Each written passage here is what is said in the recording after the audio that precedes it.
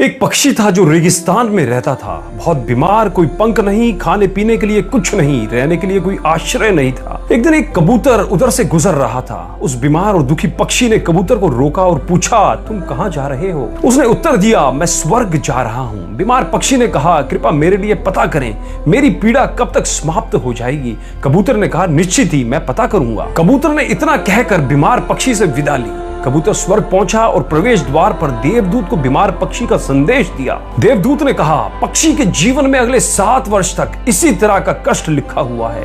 उसे ऐसे ही 7 वर्ष तक कष्ट भोगना पड़ेगा। तब तक उसके जीवन में कोई खुशी, कोई उत्साह नहीं है। कबूतर ने कहा, जब बीमार पक्षी ये सुनेगा तो वह निराश हो जाएगा। क्या आप इसके लिए कोई उपाय बता सकते हैं? देवदूत ने उत्तर दिया, उससे कहो कि इस वाक्य को हमेशा बोलता रहे, इन सब के लिए भगवान तेरा शुक्र है। वापसी पर जब वह बीमार पक्षी कबूतर से फिर मिला तो कबूतर ने उस स्वर्ग दूत का संदेश दिया। 7-8 दिनों के बाद कबूतर जब फिर उधर से गुजर रहा था तब उसने देखा कि पक्षी बहुत खुश था। उसके शरीर पर पंख उगाए थे। उस रेगिस्तान इलाके में एक छोटा सा पौधा लगा हुआ था। वहां पानी का एक छोटा सा तालाब भी बना हुआ था। चिड़िया खुश होकर नाच रही थी। कबूतर चकित था। देवदूत ने कहा था कि अगले 7 वर्षों तक पक्षी के लिए कोई खुशी नहीं होगी। इस सवाल को ध्यान में रखते हुए कबूतर स्वर्ग के द्वार पर देवदूत से मिलने पहुंच गया।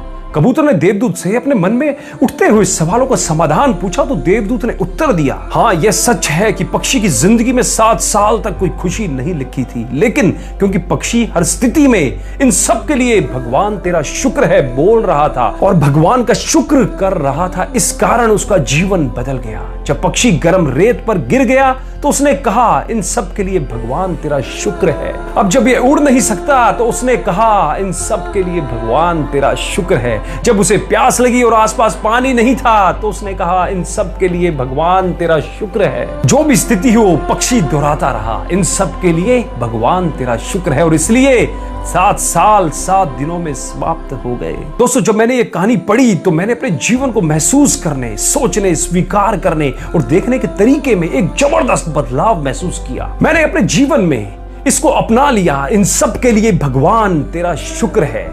इसने मुझे मेरे विचारों को मेरे जीवन में शिफ्ट करने में मदद की जो मेरे पास नहीं है। उदाहरण के लिए, अगर मेरा सिर दर्द करता है तो मुझे लगता है कि मेरा बाकी शरीर पूरी तरह से ठीक और स्वस्थ है और मैं कहता हूं, इन सब के लिए भगवान तेरा शुक्र है। और मुझे लगता है कि सिर दर्द मुझे बिल्कुल परेशान नहीं करता। उसी तरह मैंने अपने रिश्तों, चाहे परिवार, दोस्त, पड़ोसी, सहकर्मी के, वित्त, सामाजिक जीवन, व्यवसाय और हर उस चीज का उपयोग करना शुरू कर दिया जिसके साथ मैं संबंधित हो सकता था, जिसके साथ भी मैं संपर्क में आया। मैंने इस कहानी को सबके साथ शेयर किया, उनको सुनाया और इस कहानी से उनके व्यवहार में भी एक बहुत बड़ा बदलाव आया। इस भगवान के शुक्राने का मेरे जीवन पर वास्तव में, और मेरे जिनको मैंने सुनाया आप तक, और उनके जीवन पर भी वास्तव में बहुत गहरा प्रभाव पड़ा। मुझे लगने लगा कि मैं कितना धन्य हूं, मैं कितना खुश हूं, जीवन कितना अच्छा है।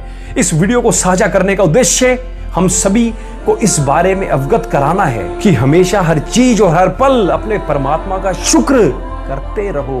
हे नाथ, हे मेरे नाथ, आपको भूलू नहीं, बस तेरा शुक्र है, तेरा शुक्र है, तेरा शुक्र है।